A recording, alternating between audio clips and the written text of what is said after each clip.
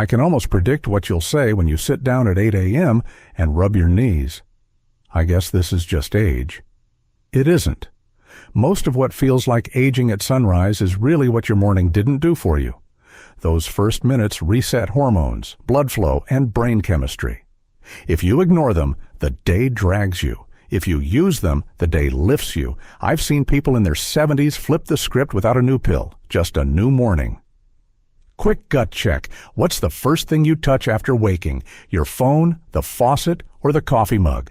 Drop your one-word answer. I read these, and so do people who need your nudge. Start with something so small you'll almost laugh. Rinse your mouth with warm water before you brush. Overnight, saliva production is low, and bacteria build a film over enamel and gums. Brushing on a dry surface is like scrubbing sandpaper on a fingerprint. Tiny nicks, irritated gums, a rough start. Swish warm water for 15 seconds. It loosens the film, wakes the salivary glands, and turns brushing from abrasion into care.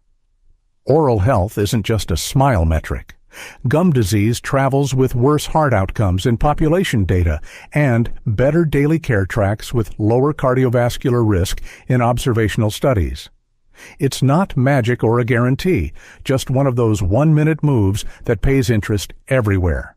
Then take your feet outside if you can and stand barefoot on grass or soil for a few minutes. Call it grounding, call it reconnecting. What matters is how you feel after 10 quiet breaths. Small studies suggest it may change blood properties and calm inflammatory signals. Critics point out the research is early and not definitive. Good. We'll treat it the way smart people treat supplements. Optional, low risk, keep if it helps. If you live in a fifth-floor apartment, step onto your balcony and let bare soles meet wood or stone. If balance is iffy, hold a railing. The ritual matters as much as the mechanism. Open sky, slower breathing, a body that says, I'm here. If nothing else, those minutes stop you from sprinting straight into stress. Before coffee, give your cells water. A warm glass with a squeeze of lemon is gentle on a sleepy stomach and delivers hydration, plus a hit of vitamin C that supports collagen for skin, joints, and vessel linings. People tell me, I'm just not awake without caffeine. True, and also backwards. Coffee wakes your alert system. Water wakes your metabolism. Try this for a week. Lemon water first, coffee second. Watch what happens to mid-morning energy, bloating, and that heavy feeling behind the eyes. You'll notice the difference the day you skip it. Now move just enough to send oxygen upstairs. 2 minutes, no heroics. Shoulder circles forward and back. Slow neck arcs like you're drawing a rainbow from collarbone to collarbone. Think grease the rails, not stretch to the edge. You're easing pressure off vessels and nerves that feed balance and focus. The moment you feel warmth climbing into the scalp, you'll understand why this tiny circuit clears the head. People call me weeks later and say, I feel like someone opened a window. Exactly. A body that's stuck all night needs lubrication, not force. Step into sunlight if it's there.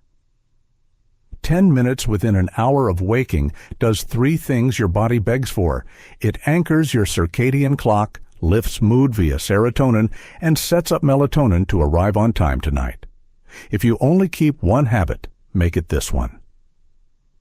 The evidence on daylight, sleep quality, and older adults is strong. Morning bright light makes nights deeper and days steadier. Bright light at night does the opposite. Sit by a window if going outside isn't easy. Better yet, walk to the mailbox and back. Protect your eyes if your doctor says to. The point is brightness, not staring at the sun. Pair this with a rule that will quietly change your life. As sunset comes, dim everything you can. Daylight trains, darkness seals. Take 90 seconds to write 3 small gratitudes. Nothing grand. The first sip of tea, the sound of birds, a message from your grandson. People roll their eyes at the idea until they notice what it does to pulse, breath, and the little voice that predicts a hard day. Gratitude practices correlate with lower perceived stress, better sleep, and less low mood. Biomarker data are mixed, but your nervous system doesn't need a perfect p-value to exhale. The real trick is consistency. Keep a pen with your mug, same notebook, same corner of the table. You're training attention like a muscle. It shows up later when the pharmacy line is long and the driver behind you is impatient. You won't escalate. You'll finish the drive with steady hands. Give your feet 2 minutes. Sit, cross one ankle over the opposite knee, and massage the arch with the thumb pad. Slow circles, then gentle pressure along the heel and ball. Switch sides. Over 7,000 nerve endings live there. Wake them, and everything north responds. Older adults who do this feel steadier on that first walk down the hall. Some blood pressure and anxiety measures even drop in small studies. It's not a cure, it's a cue. We want your body saying, circulation is on. If you have diabetes or neuropathy, be gentle and check with your clinician if you're unsure. The goal is warmth and awareness, not pressure. Now, light up the brain. Read aloud for 5 minutes. A poem, a prayer, a page of your favorite book, the notes you just wrote, anything. Saying the words and hearing yourself say them recruits multiple networks at once: language, memory, motor, auditory. Research calls this the production effect, and it's one of the simplest, cheapest cognitive workouts you can do at home. The bonus is dignity. You hear your own voice, you practice names and syllables, and you carry that fluency into conversations later. If someone you love worries about memory, invite them to read a paragraph out loud with you after breakfast. 2 voices, 1 ritual. Thread these together, and you've just built a morning that cares for enamel, blood flow, mood, sleep, balance, and memory, without buying gear or chasing hacks. The point isn't perfection, it's direction. If 8 habits feel crowded, start with 3: lemon water, sunlight, read aloud.